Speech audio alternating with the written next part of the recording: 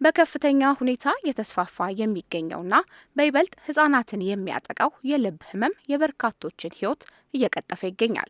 በመሆኑም ለጉዳዩ ትኩረት ሊሰጠው እንደሚገባ ተገልጿል። ኢትዮ ኢስታንቡል አጠቃላይ ሆስፒታል ከ2015 ዓ.ም ጀምሮ ለተከታታይ 3 ዓመታት በህክምናው ዘርፍ አገልግሎት በመስጠት እንዲሁም ለህክምና ከሀገር ውጭ የሚጓዙ ታካሚዎችን ቁጥር በመቀነስ እዚሁ ህክምናውን እንዲያገኙ በመስራት ላይ ቆይቷል። በቅርቡ የተጀመረውን ኢንተርናሽናል ካርዲዮሎጂ የልብ የተለያዩ ውስብስብ ችግሮችን ያለቀዶ ህክምና በደም ስሮች በሚሰጥ የህክምና አይነት በቋሚነት በሀገር ውስጥ ባለሙያዎች እየሰጠ እንደሚገኝም ገልጿል። ላለፉት 2 ዓመታት 500 ለሚሆኑ የተለያየ አይነት የልብ ህመም ደረጃ ላይ ለሚገኙ የልብ ታካሚዎችን ማከም መቻሉን እንዲሁም ከዚህ ቀደም በሀገራችን እንዲህ አይነቱ ህክምና በተለያዩ ምክንያቶች ሳይሰጡ መቆየታቸውንና አሁን በተሻለ መልኩ ህክምናው እየተሰጠ እንደሚገኝ በኢትዮ ኢስታንቡል አጠቃላይ ሆስፒታል ሜዲካል ዳይሬክተር ዶክተር ስዩም ካሳ ተናግረዋል። በሙያው የሰለጠኑ ባለሙያዎች በፊት አልነበረም።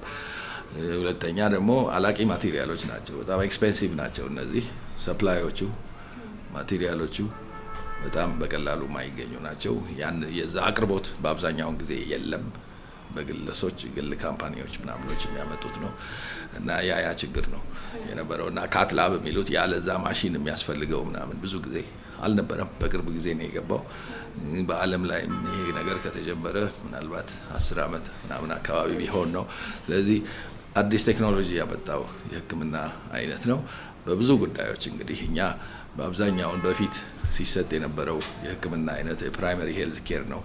አሁን ባለው ሚኒስትሪ ኦፍ ሄልዝ ነው ተርሸሪ ሄልዝ ኬር ኢንክሉድ ያደረገው። ዛሬ ተሰርቶላቸው ዛሬውኑ ወደ ቤታቸው የሚሄዱ አሉ።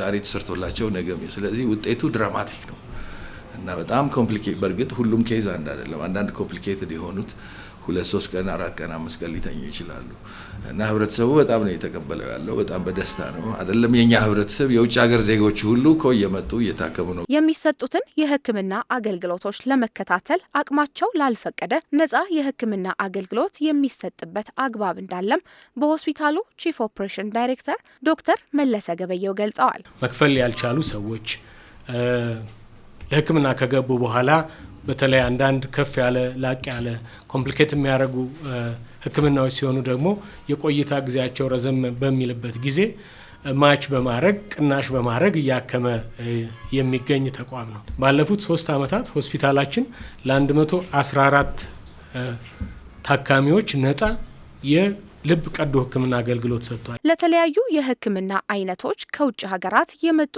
አገልግሎቱን የሚሰጡ ባለሙያዎችን ወረፋ ይዞ የመጠበቅ እንዲሁም ከሀገር ውጭ በመሄድ ህክምናውን የማግኘት ልምድ ያለን ቢሆንም አብዛኞቹን የህክምና አይነቶች እዚሁ ሀገር ውስጥ ያሉ የህክምና ተቋማትና ባለሙያዎች መስጠት የሚችሉበት አቅም ላይ መሆናቸውም ተገልጿል። ሀገራችን ውስጥ ያለው ህክምና ሀገራችን ውስጥ ያለው ባለሙያ ብዙ ነገሮችን እየሰራ ከቴክኖሎጂ ጋር እያደገ ያለ ነው። ሆስፒታሉን በዚህ በጣም እየደገፈን ነው።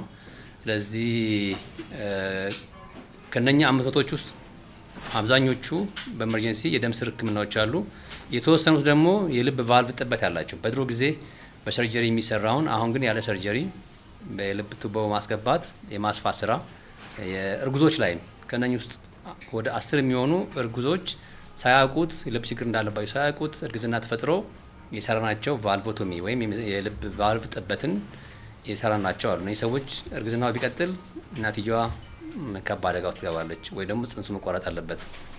ይሄ ትልቅ ህክምና ነው።